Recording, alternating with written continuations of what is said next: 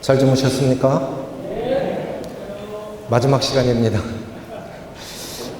좀 가시려니까 아쉽죠? 근데 그게 좋은 겁니다.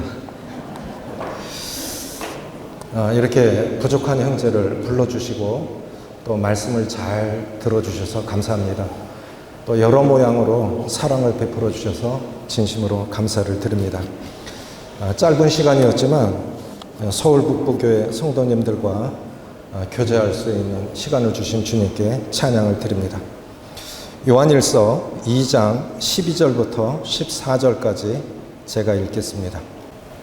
요한일서 2장 12절부터 14절까지 제가 읽겠습니다.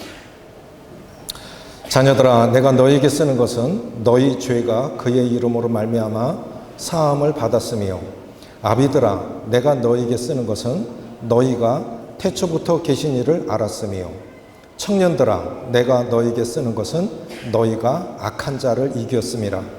아이들아, 내가 너희에게 쓴 것은 너희가 아버지를 알았으며, 아비들아, 내가 너희에게 쓴 것은 너희가 태초부터 계신 이를 알았으며, 청년들아, 내가 너희에게 쓴 것은 너희가 강하고 하나님의 말씀이 너희 안에 거하시며 너희가 흉악한 자를 이겼음이라. 영적 성숙의 과정이라는 제목으로 말씀을 드리길 원합니다. 생명의 유일한 특징은 성장입니다. 영적 성장은 복음의 진리를 깨달음으로부터 시작이 되어집니다. 골로새서 1장 6절에 보면 이 복음이 이미 너희에게 이르매 너희가 이 복음을 깨달은 날부터 너희 중에서와 같이 온 천하에서도 열매를 맺어 자라는도다. 그리스도에게까지 자라가는 것이 그리스도인의 성장의 목표입니다. 그런데 안타깝게도 신앙이 정지되어 있거나 퇴보하는 분도 있습니다. A.W. 토저라고 하는 분이 이런 말씀을 하셨는데, 오늘날 교회가 안고 있는 중요한 문제 중에 하나는 그리스도인들이 더 이상 성장하지 않고 어린아이 상태로 머물러 있는 것이다 라고 지적한 거예요. 사람이 굉장히 많습니다. 그런데 그 많은 사람들이 성장하지 않고 다 울며 보채는 어린아이 같은 상태라고 하면 인도자들은 굉장히 힘들 겁니다. 힘들죠. 전 연년생을 키웠는데 거의 쌍둥이만큼 힘들더라고요. 또 퇴근하고 와서 또 둘째 아이는 잠을 안 자요. 새일을 살았는데 주인집에 미안해서 12시까지 차에 태워갖고 시내를 돌아다녔어요. 데리고 들어오면 조금 자고 또 일어나서 엥 하고 울어요. 너무너무 피곤해가지고 아기를 이불에 던졌어요. 아이고 이놈아 좀 빨리 좀 자라다오. 내 너무너무 피곤하다. 그런데 그 아이가 원주에, 둘째 딸은 원주에 있는데 자기도 이제 결혼해서 아이를 낳아 기르면서 엄마 아빠 고마워요. 그럴 때 보람이 있죠. 그리고 우리 성도들도 성장을 해서 또 누군가를 복음으로 낳고 양육을 하고 그러는 모습을 보면서 앞선 인도자들은 보람을 느끼는 겁니다. 그런데 세월이 지나도 계속해서 울며 보채는 어린아이 상태로 그렇게 머물러 있다고 하면 근심이죠. 성장하지 않는 자녀들은 부모에게 근심이 됩니다. 하나님도 마찬가지죠. 그리스도인이 장성한 분량에 이르는 성숙한 사람이 되는 것, 우리를 향하신 하나님의 기대이고 소망입니다. 그래서 고린도서 13장 11절에도 사도 바울 그렇게 고백합니다. 내가 어렸을 때는 말하는 것이 어린아이 같고 생각하는 것이 어린아이 같고 깨닫는 것이 어린아이와 같다가 장성한 사람이 되어서는 어린아이의 일은 버렸노라. 다 어린아이로 시작이 되어지지만 세월이 지나면 장성한 사람이 되어져야 됩니다. 에베소서 4장 13절에도 우리가 다 하나님의 아들을 믿는 것과 아는 일에 하나가 되어 온전한 사람을 이루어 그리스도의 장성한 분량이 충만한 데까지 이르르니, 사도행전 지나면서부터는 제자라는 단어가 등장하지 않습니다. 대신 완전한 자, 온전 자, 우리가 다 그리스도의 장성한 분량에 이르기 위해서 온전한 자, 완전한 자, 이 이 단어의 쉬운 뜻이 성숙이에요. 사도행전 지나면서부터는 제자라는 단어가 완전과 온전이라는 단어로 바뀌어서 등장합니다. 그럼 계속 성장해야 되는 거죠. 또 이렇게 말씀하고 계시죠. 에베소서 4장 15절에는 그리스도의 오직 사랑 안에서 참된 것을 하여 범사에 그에게까지 자랄지라. 인생도 그러하고 성장 단계가 있습니다. 그리스도인의 성장 단계는 요한일서에서 4단계로 나누고 있는데 자녀 단계입니다. 일단 태어나야 자랄 거 아니겠습니까? 자녀 단계. 이 자녀 단계는 예수님의 이름으로 죄사함을 받은 사람들입니다. 두 번째는 아이 단계. 아버지를 알아가기 시작해요. 하늘의 하나님을 아버지라 부르기 시작합니다. 세 번째, 청년 단계입니다. 말씀을 삶 속에 실제로 적용해서 승리하는 삶을 살아내는 사람들입니다. 네 번째, 아비 단계. 우주를 섭리하시는 하나님의 깊은 것을 알아가는 사람들이. 주님 나라 가신 박주영님, 저는 젊었을 때 그렇게 생각했어요. 한국의 사도 바울이라고 생각을 했어요. 참 존경했습니다. 우리가 이렇게 아비 단계까지 자라가야 되지 않겠습니까? 이 성장 단계, 네 단계 참 중요한 것인데 한번 이 시간 이것은 세월의 연수가 지난다고 그렇게 자라가지는 건 아닌 것 같아요. 직분을 받았다고 해서 그렇게 자라가지는 것도 아닌 것 같아요. 나는 지금 어느 단계에 와 있습니까? 자녀 단계, 아이 단계, 청년 단계, 아비 단계. 하나님이 우리를 구원하신 것은 구원 자체가 목적이 아닙니다. 성장하고 성숙해서 성숙한 그리스도인이 돼서 사명을 감당하는 사명 감당자로 살아가는 것이 나를 구원하신 하나님의 뜻이고 하나님의 기대이고 하나님의 목적입니다. 첫째, 자녀 단계로 시작을 하는데 자녀 단계 12절에 자녀들아 내가 너희에게 쓰는 것은 너희 죄가 그의 이름으로 말미암아 사함을 받았으며 가장 중요한 것은 영적 생명의 탄생입니다. 예수 그리스도를 개인의 주와 구세주로 모실 때 영접할 때 하나님의 자녀가 되지요. 요한복음 3장에서 주님께서 니고데모에게 이런 말씀을 하십니다. 사람이 물과 성령으로 나지 않냐면 하나님 나라에 들어갈 수 없느니라. 육으로 난 것은 육이요 영으로 난 것은 영이니 내가 네게 거듭나야 하겠다는 말을 기이 여기지 말라. 바람이 임의로 불매 어디서 와서 어디로 가는지 알지 못하되 성령으로 난 사람은 다 이와 같으니라. 영적 성숙의 첫 번째 단계는 예수님을 개인의 주로 영접해서 하나님의 자녀로 탄생하는 것입니다. 아기가 태어나는 일은 축복된 일이지만 인간 노릇하려면 살아가야 돼요. 갓난아기 고린도 교회가 그랬습니다. 은사는 풍성해요.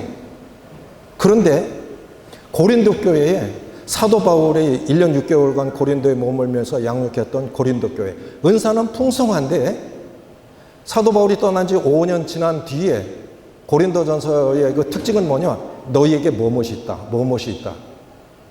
세상에도 없는 성도들 간의 음행이 있고 성도가 성도를 재판정에 세운 거예요. 저도 성도들이 재판받을 일이 있어서 몇 번 법정에 가본 적이 있습니다.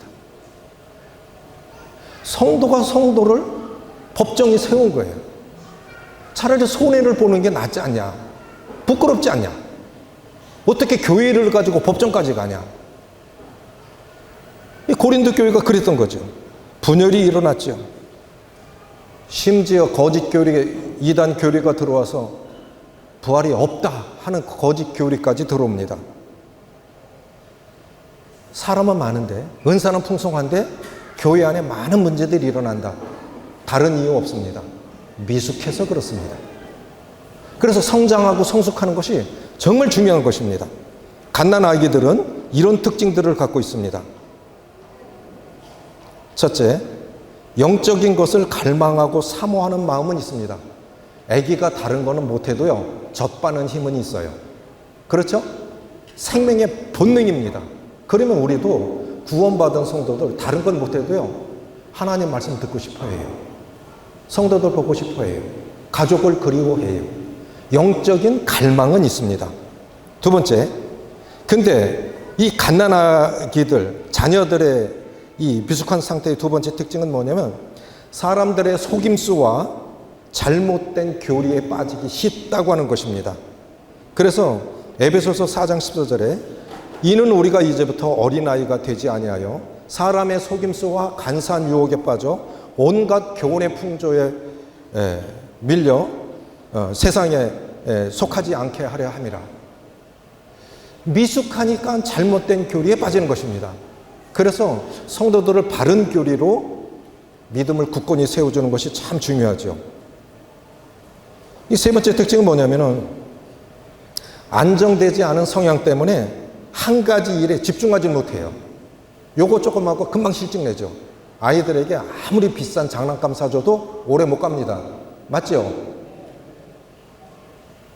그러니까 성도들이 뭔가를 하면 지긋하게 꾸준하게 가지 못하는 건 아직 미숙해서 그래요.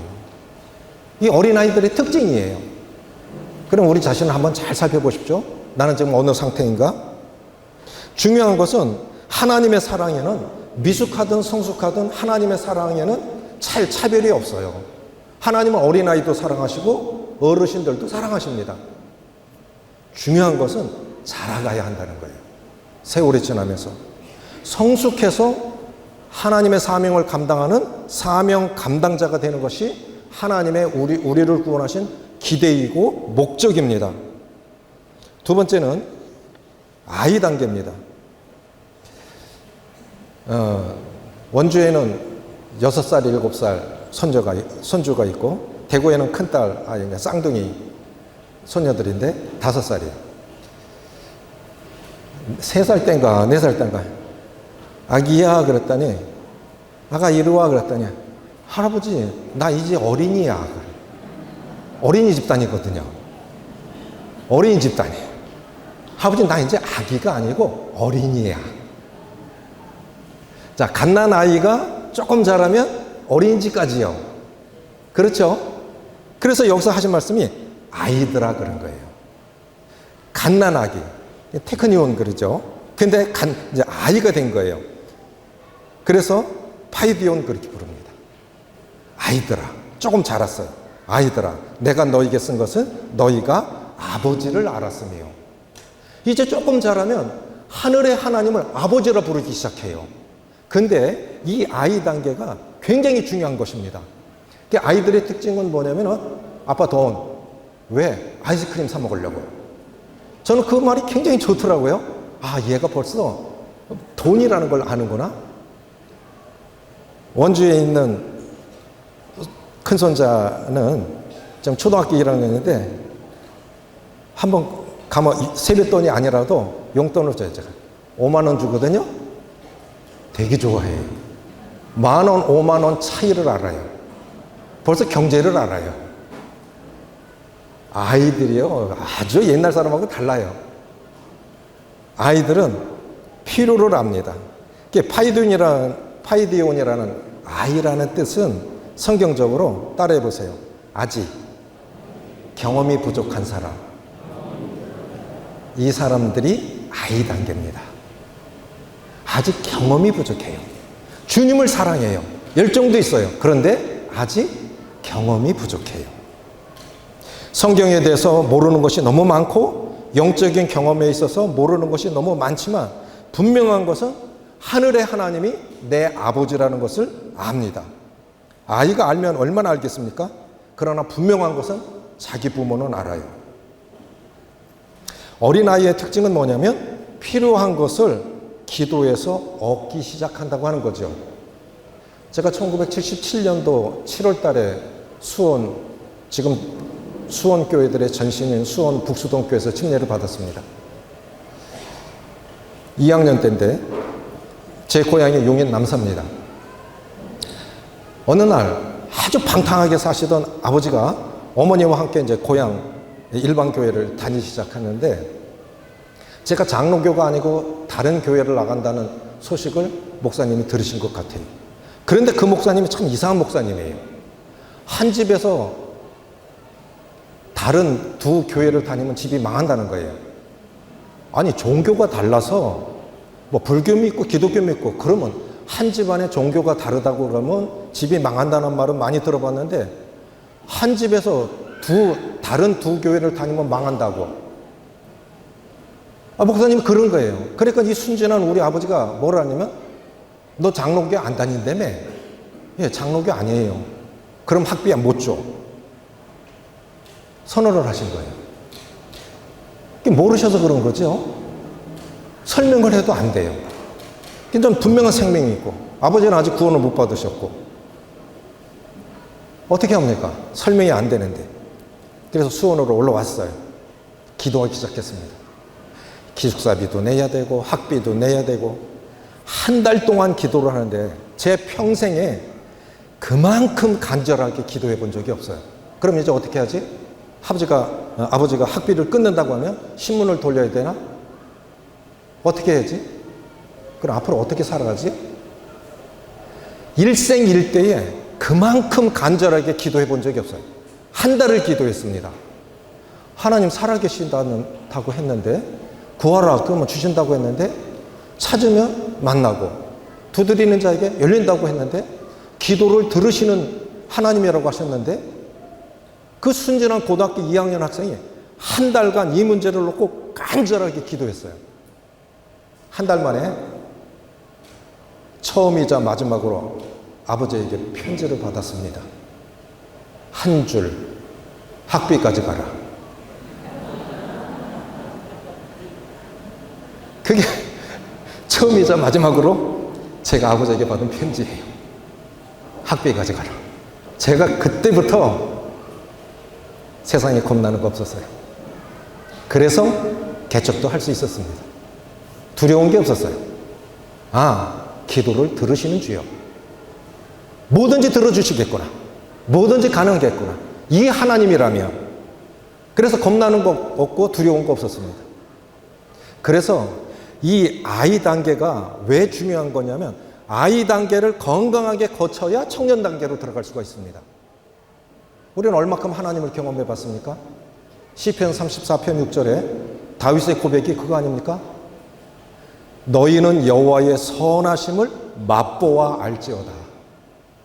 맛보아 알지어다. 아브라함과 이삭과 야곱의 하나님, 성경에 있는 그분들의 하나님 말고 내 하나님은 어떤 하나님이죠? 우리가 자녀들에게 말해줄 수 있는 것, 다윗이 솔로몬에게 고백한 것도 그겁니다. 내가 경험한 그 하나님, 너도 끝까지 그 말씀 잘 지켜. 그러면 내 길이 평탄하게 될 것이고 형통하게 될 거야. 내가 경험해 봤잖아. 어린아이 단계의 특징, 하나님은 좋으신 아버지시고 필요한 모든 것을 주시는 분이라는 사실을 경험하는 것입니다. 아멘이십니까? 나름 경험해 보셨죠? 하나님은 좋으신 하나님이시고 우리의 기도를 들으시는 분이십니다. 이 문제는 뭐냐면 한국 교회가 요거도 먹는 이유 중에 하나가, 그런데 이것이 참 중요한 원리이긴 한데 너무 기복신앙으로 빠졌다는 거예요. 교회가 세상적인 내용만 기도한다고 하는 것이죠. 어린아이 단계는 뭐 그렇게 기도할 수 있지만 점점 성장하고 성숙해 가면은 이 땅의 것이 아니라 영적인 것, 하늘의 것, 그런 것들을 구해야 되는데 너무 땅의 것만, 세상 것만 구하니까 잘못된 거지. 어린아이 단계에서 기도하고 하나님을 경험한 것은 마땅한 것입니다. 중요한 것은 기도에도 성숙이 필요하다고 하는 것이죠. 하늘의 것, 영적인 것, 하나님의 뜻을 구하는 것, 그것이 필요합니다. 자, 두 가지 말씀을 드렸습니다. 영적 성장의 과정, 첫 번째는 어떻게 시작이 된다고요? 자녀 단계, 태어나야 됩니다. 그래야 잘할 수 있습니다. 두 번째는 아이 단계, 아직 경험이 부족하지만 하나님을 경험하는 것 굉장히 중요합니다. 아이 단계에서 어떻게 하나님을 경험하느냐가 건강한 청년 단계로 올라갈 수가 있습니다. 세 번째 뭐냐면 청년 단계입니다. 13절에 보니까 13절 중간에 보면 청년들아 내가 너희에게 쓰는 것은 너희가 악한 자를 이겼음이라. 14절 아이들아 내가 너희에게 쓴 것은 너희가 아버지를 알았으며 아비들아 내가 너희에게 쓴 것은 너희가 태초부터 계신 이를 알았으며 청년들아 내가 너희에게 쓴 것은 너희가 강하고 하나님의 말씀이 너희 안에 거하시며 너희가 흉악한 자를 이겼음이라. 청년 단계의 특징은 두 가지예요. 강하다, 이기었다. 영적인 세월이 많이 지나도 나이 많이 먹었다고 성장하고 성숙하는 거 아닙니다. 그런데 젊어도 성숙한 성도들이 있을 수 있어요. 연세 많이 드셔도 자라지 못할 수 있습니다. 청년 단계는 강한 사람입니다. 이기는 사람입니다. 근데 말씀해 보니까 너희가 흉악한 자를 이겼으며 악한 자를 이겼으며 이게 사단이에요. 그래서 싸워서 이겨본 사람이 그 사람이 청년입니다. 이기기 위해서는 너희 안에 말씀을 가지고 주님께서 40일 금식하신 후에 사단에게 유혹받으셨을 때 기록되었으되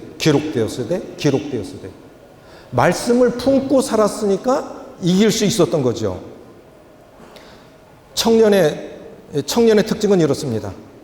따라해 보세요. 청년은 이길 줄 알아야 된다. 이분들이 청년입니다. 육신으로 노인일지라도 이기고 있다고 하면 청년인 거예요. 청년의 상대 악한 자, 흉악한 자, 사탄 마귀입니다. 마귀와의 싸움에서 이길 줄 알아야 됩니다. 그것이 영적 청년입니다. 두 번째, 청년은 강한 사람입니다. 잠언 20장 29절에 젊은 자의 영화는 그 힘이니라. 세 번째, 승리의 비결은 그 말씀을 지키고 마음에 간직하는 것입니다. 시편 119편 9절 11절에 보면 청년이 무엇으로 그 행실을 깨끗게 하리까? 말씀을 따라 상갈지니이다 라고 말씀을 하셨어요. 내가 주께 범죄하지 아니하라여 주의 말씀을 내 마음에 두었나이다. 요셉이 라헬의 아들이었으니까 얼마나 잘생겼을까요? 보디발의 아내에게 그 혈기왕성한 청년이 보디발의 아내의 유혹을 물리칠 수 있었던 것은 당신의 남편이 내게 모든 전권을 주어서 당신 집안을 다스리게 했지만 하나 딱 금한 게 있습니다. 당신 건드리지 말라 했습니다. 그리고 내가 어떻게 이 일을 행하여 득죄하리까? 주인의 명령도 있었지만 더 큰 명령, 위의 명령, 그분의 명령, 하나님 말씀이 있었으니까 자기를 지킬 수 있었던 것입니다. 그런데 유혹은 성공할 때 왔어요. 요셉은 보디발의 집에서 성공했습니다. 그때 유혹이 온 거예요. 다윗도 이스라엘 왕국이 통일되고 아무 문제 없을 때 밧세바를 통해 범죄하지 않습니까? 청년은 이기는 자입니다. 저희 교회 청년이 공군사관학교에 합격을 했습니다. 전 그 형제 이야기 듣고 야, 조종사들은 보통 사람이 되는 게 아니구나 라는 걸 깨달았어요. 뭐 육군, 해군, 공군, 사관학교 다 있잖아요. 이 형제가 합격을 했는데 이 이빨까지 보더래요. 그 이빨은 왜 보는데? 굉장히 높이 비행기 타고 올라가면 아주 높은 곳에 올라가면 기압 차이로 충치가 있으면 피가 난대요. 그래서 이빨까지 본다는 거예요. 그래도 아주 엄격하게 신체 검사를 하는 곳이 공군사관학교예요. 똑똑해야 되지만 신체도 강해야 됩니다. 합격을 했어요. 근데 무릎이 안 좋아요. 자퇴를 했어요. 그래서 다시 교대에 갔습니다. 졸업을 하고 임용고시 합격해놓고 다시 공군 학사장교로 군대에 갔어요. 실력이 좋으면 자기가 원하는 곳으로 갑니다. 그래서 대구공항으로 발령을 받아서 이제 중대장이 되었습니다. 그런데 옆에 중대장님이 제대를 하고 공석이 된 거예요. 그렇게 대대장님이 네가 겸임 중대장을 해라. 그래서 두 중대를 돌아봐야 되는데 매번 갈 수 없으니까 이제 하루는 이제 보고 들어오면 그냥 그렇게 처리를 하는 건데 매일 아침 옆에 중대 보고가 들어와야 되는데 안 들어오는 거예요. 웬일이지? 뭔 일이지?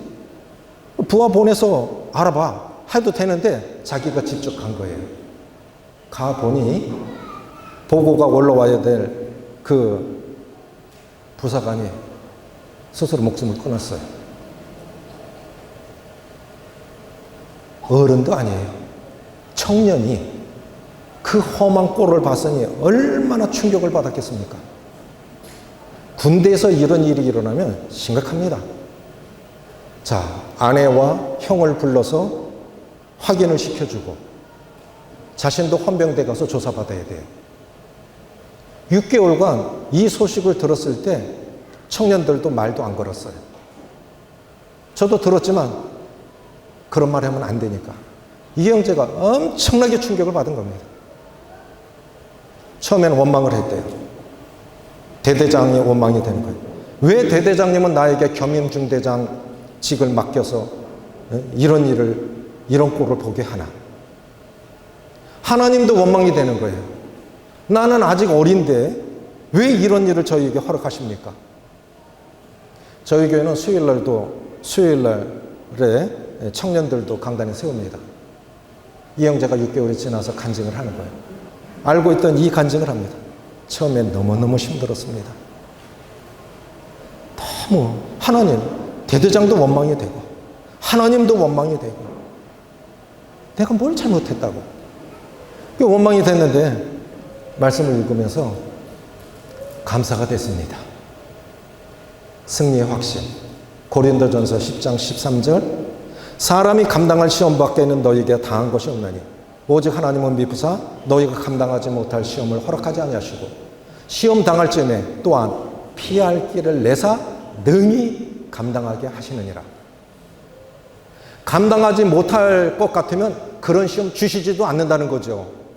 나는 힘들지만 당장 힘들었지만 감당할 만하니까 주님이 허락하셨다고 하는 거죠. 그래서 그 형제가 이걸 통해서 깨달은 건 뭐냐면 하나님이 저를 큰 사람으로 만들려고 허락하신 것 같아요. 그랬어요. 왜 허락하셨다고요? 큰 사람 만들려고, 성숙해 하려고. 그래서 제대하고 지금 초등학교 교사 일을 하고 있는데 초등학교 교사하고 있으면서 신학교를 다녀요. 주일학교 교사입니다. 음악도 잘하고 할아버지 할머니 다 이렇게 할아버지도 교장, 엄마도 교사, 교사지만 자기도 교사. 아주 예쁘게 잘 자라고 있어요. 청년의 특징은 뭐라고요? 이길 줄 알아야 돼요. 청년의 특징은 이길 줄 알아야 된다는 거예요. 그리고 두 번째는 청년은 강한 사람이라는 거죠. 세 번째는 승리의 비결은 다른 거 없습니다. 말씀을 지키고 말씀을 마음에 간직하는 것입니다.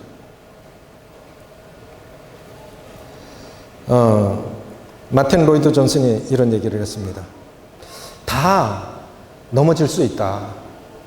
산에 오르다 보면은 산에 오르지도 않았는데도 밑에서 넘어지는 사람도 있고 중턱에서 넘어지는 사람도 있고 정상에서 넘어지는 사람도 있을 수 있다. 그런데 일어나 보면 달라 보인다. 넘어질 때 폼 희한하지요. 아무리 건강해도 넘어지려면 실족하면 뭐 다 이렇게 넘어질 수 있지 않습니까? 코도 깨고 뭐 그러잖아요. 자, 밑에서 넘어졌어요. 아니, 아직 올라가지도 못했는데 넘어졌네. 일어나서 다시 가야지. 중턱에서 넘어졌어요. 일어났습니다. 이만큼 올라왔잖아. 다시 가야지. 정상에서 넘어졌어요. 다 왔잖아. 인생 어느 단계에서든 넘어질 수도 있지만 청년들은 다시 일어서서 이길 줄 알아야 되는 사람들이라는 거죠. 말씀을 가지고 지킬 수 있어야 건강한 청년이 될 수 있다고 생각이 되어집니다. 제가 CTI 일기 때 호주에서 호주 형제님이신데 아프리카에서 평생 선교하신 분이에요. 문자가 없는 그 부족들에게 문자까지 만들어줬다는데 홍수에 아이가 떠내려 간 거예요. 기가 막히죠. 젊음을 들여서 생을 들여서 선교사로 와서 살아가는데 아이가 홍수에 떠내려갔어요. 이성을 잃은 거예요. 하늘을 향해서 삿대질을 해요. 하나님, 이러려고 부르셨어요? 왜 저에게 이러는 거예요? 이 소식을 호주 지혜로 선교본부에서 들었습니다. 편지 한 통이 딱 날라왔는데 한 줄, 요한복음 13장, 내가 지금은 알지 못하나 이후에는 알리라. 주님의 베드로의 발을 씻기려고 할 때 주님 왜 이러세요? 내가 지금은 알지 못하지만 내가 네 발을 씻긴 것을 이후에는 알 거야. 따라해 보세요. 신앙은 나중에 해석되어지는 능력이다. 지금은 당장은 모를 수 있습니다. 한참 후에도 모를 수 있습니다. 다 깨달아져서 그 길 가는 거 아니에요. 왜 그 일을 허락하시는지 그 당장에는 이해가 안 갈 수 있습니다. 그러나 나중에 깨달아집니다. 하나님의 섭리, 하나님은 선하신 분이시고 하나님은 실수하지 않으시는 분이시라는 것을 나중에 알 수 있습니다. 청년은 이기는 사람입니다. 강한 사람입니다. 네 번째, 마지막 단계, 아비 단계. 우리가 여기까지 자라가야 되겠죠. 사랑 안에서 모든 것을 행하여 범사에 그에게까지 자랄지라. 아비들은 어떤 사람들일까요? 여기서 아이들에게도 어린아이, 아이에게도 안다라는 단어가 들어갔어요. 아비에게도 안다라는 단어가 들어갔습니다. 아비들아, 내가 너에게 쓴 것은 너희가 아이들아, 내가 너에게 쓴 것은 너희가 아버지를 알았으며, 아비들아, 내가 너에게 쓴 것은 너희가 태초부터 계신 이를 알았으며. 알고 안다. 그런데 이 수준이 너무너무 다른 거예요. 아이가 아버지를 아는 것과, 제 장모님이 올해 100세거든요. 저도 손주가 넷입니다. 근데 제 위에 아직 장모님이 계시잖아요.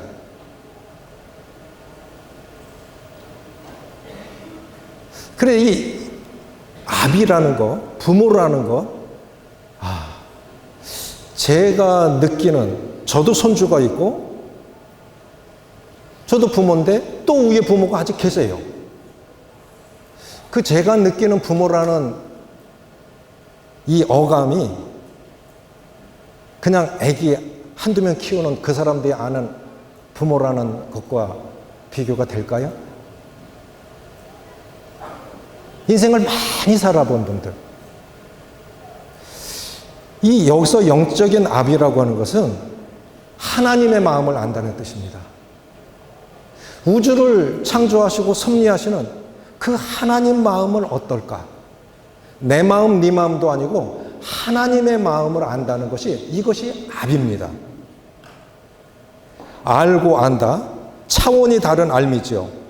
그래서 다윗은 이렇게 솔로몬에게 고백합니다.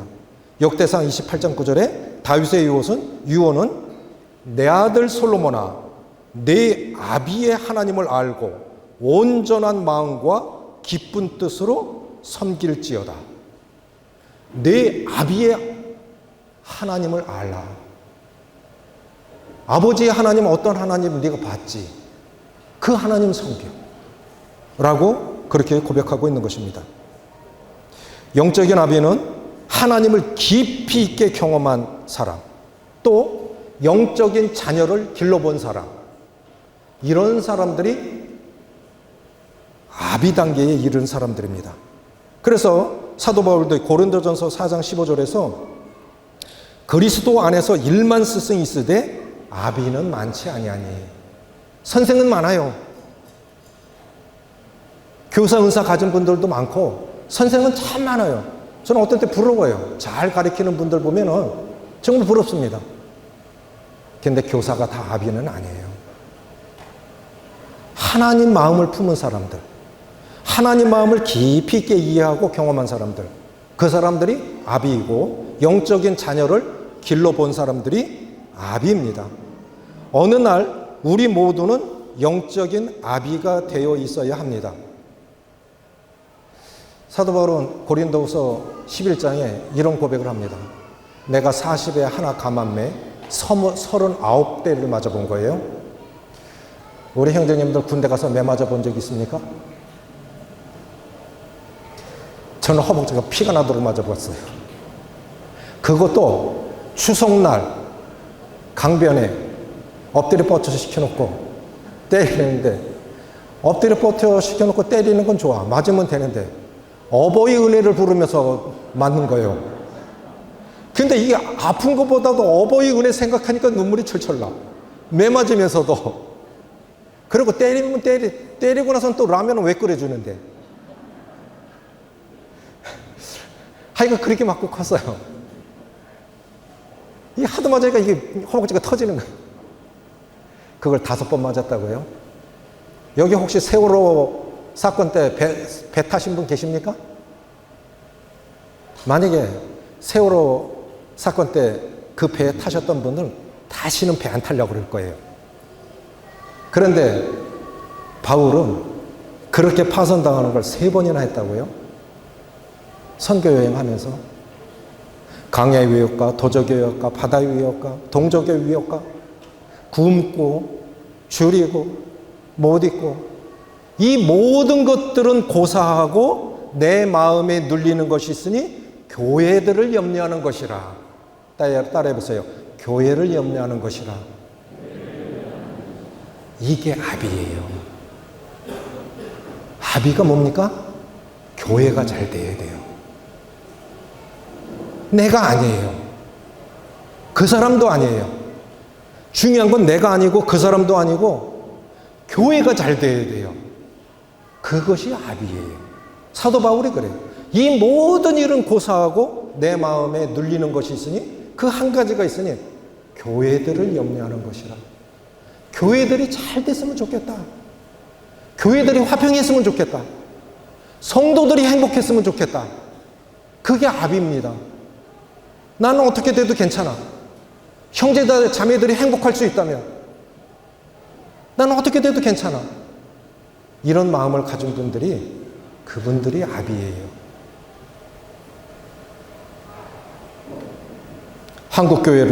한국교회가 건강해지려면 영적인 아비와 어미가 많아져야 됩니다. 직분에 맞는 영적 성숙이 동반이 되어야 되겠지요. 유튜브에 들어가 보면 이런 내용이 있는데요. 지구상에서 가장 아름다운 단어가 뭘까요? 박수! 영국 문화협회에서 비영어권 102나라를 조사를 했습니다. 영어권이 아니고 비영어권 전 세계 102개 나라에서 4만 명을 대상으로 조사를 했는데 지구상에서 가장 아름다운 단어 1위로 꼽힌 것이 엄마예요. 그럼 아버지는 몇 번째일까요? 50번째. 열받지요? 왜 똑같이 고생하고 나는 50번째인데. 근데 저는 인정해요. 맞아. 이사야 49장 1절에 보면 여인이 어찌 그 젖먹는 자식을 잊겠으며 자기 태에서 난 아들을 잊겠느냐. 그들은 혹 잊을지라도 나는 너희를 잊지 아니하리라. 제가 이 말씀 때문에 구원받았어요. 아버지가 하도 방탕하게 사셔가지고 어머니가 47에 돌아가셨어요. 제 고향이 용인 남산인데 시골인데 형들은 이제 초등학교 가고 저는 어리니까 엄마 따라서 밭에도 가고 논에도 가고 그럽니다. 그런데 어느 날 어머니가 큰 보따리를 들고 논두렁을 걸어가시는 거예요. 그게 느낌에, 어리지만 느낌에 엄마가 먼 길을 가시는 것 같아요. 그리고 엄마 없는 집이 너무 무서운 거예요. 그래서 엄마를 졸졸 따라가니까 어머니가 돌아서시면서 우셔요. 이놈의 자식, 너 때문에 못 가겠다. 그게 제가 너무 충격이었어요. 그 형들이 학교 갔다 와서 이제 제가 얘기했어요. 형, 엄마가 오늘 어디로 먼 데로 가려고 그러다가 나보고 울고 돌아서셨어. 그러니까 형들이 뭐라 그러면, 야, 엄마 수없이 그랬다.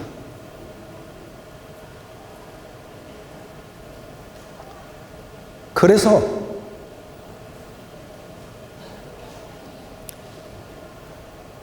그 어머니 사랑 때문에 육남매 살아남았고, 육남매가 다 주님 안에 있습니다. 이 어머니, 왜 성경에 하나님의 사랑을 어머니의 사랑으로 빗댔을까요? 아버지 사랑과 어머니 사랑이 달라요. 그래서 여인이 어찌 그 젖먹는 자식을 잊겠으며 자기 태에서 난 아들을 잊겠느냐. 그런데 인간은 그래도 잊을 수 있지만 나는 너희를 잊지 아니하리라. 하나님의 사랑이 어머니 사랑 같아? 그럼 나 그 하나님 믿을 수 있어. 그래서 예수님 믿었습니다. 아비 단계는 이겁니다. 나를 희생해서라도 가정을 지키고 교회를 지키고 너희들이 행복했으면 좋겠다. 그것이 부모가 아니겠습니까? 아비 단계는 그것입니다. 교회가 잘 됐으면 좋겠다. 성도들이 행복했으면 좋겠다. 성도들이 기쁨으로 복되게 주님 섬겼으면 좋겠다. 이런 마음으로 주님의 교회를 섬긴다면 무슨 문제가 있겠습니까? 하나님의 나라가 아니라 내 나라 세우려고 하니까 문제가 되는 거 아니겠습니까? 나는 어떻게 돼도 괜찮아. 교회만 잘 되면 돼. 이런 마음을 품고 무슨 일이든 어떤 일이든 주님을 섬기면 모두가 행복할 수 있다고 그렇게 믿습니다. 교회에 아무리 사람이 많이 모인다고 해도 그 교회를 구성하고 있는 사람들이 울고 보채는 아이와 같은 사람들만 있다면 어떻게 세상의 빛이 되고 소금의 역할을 감당할 수 있겠습니까? 아비 단계, 영혼을 사랑할 줄 알고 전도할 줄 알고 구원받은 성도들을 양육할 줄 아는 사람이 되어야 합니다. 하나님의 마음을 알고 하나님의 뜻을 이루는 일에 자신의 삶을 드릴 수 있는 영적인 사람들을 키울 수 있는 교회. 잘하고 계시지만 서울 북부교회가 그런 교회로 주 오시는 날까지 자자손손 사명을 잘 감당해서 하나님의 영광을 드러내고 주님 섬긴 것이 복이 되는 그런 은혜가 임하는 교회가 되길 바랍니다. 기도하시겠습니다. 하나님의 은혜를 찬양을 드립니다. 저희들이 주님 만나지 못했다면 지금 어떤 삶을 살고 있었을까요? 저희를 구원해 주셔서 감사합니다. 그러나 아들 예수 그리스도의 보배로운 피값으로 구원하신 그것이 구원 자체가 목적이 아니라 자라고 성장해서 성숙해서 하나님의 뜻을 이루어드리는 사명을 감당하는 사명 감당자로 사는 주 오실 때까지 자자손손 믿음이 개선이 되어지고 사역이 확장되는 하나님의 나라를 이루어드리는 이런 일에 쓰임받는 것이 하나님의 영광이고 구원의 진정한 목적인 줄을 아오니 주님 우리 서울 북부교회 지금까지 축복하시고 은혜 베푸셨던 것처럼 더욱 사역의 지경을 확장시켜 주시고 모두 다가 성장과 성숙을 이루어서 끝까지 주오시는 날까지 주님 기뻐하시는 사명 감당자들이 될 수 있도록 축복하시기를 원하며 우리 주 예수님의 이름으로 감사하며 기도합니다. 아멘.